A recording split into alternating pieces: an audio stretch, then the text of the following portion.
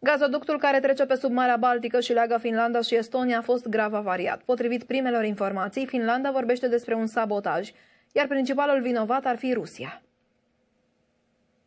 Huutokohta sijaitsee Suomen talousalueella.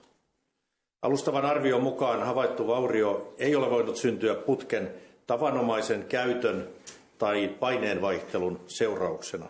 On todennäköistä, että vauriot ovat seurausta ulkopuolisesta toiminnasta.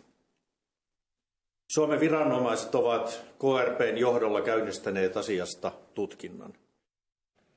Operatorii sistemelor de gaz din Finlanda și Estonia au semnalat duminică o scădere neobișnuită a presiunii în conducta Baltic-Nectar, ceea ce i-a determinat să întrerupă fluxul de gaz. Hyvät kuulijat, Suomi on hyvin varautunut ja valmiutumme erilaisiin tilanteisiin on hyvä. Kriittisen infrastruktuurin suojaaminen on jo turvallisuusympäristön muutoksen myötä erittäin tärkeä asia ja siihen on kiinnitetty huomiota. Taustalla on rakennettu muun muassa laaja toimijoiden verkosto kriittisen infrastruktuurin turvaamiseksi.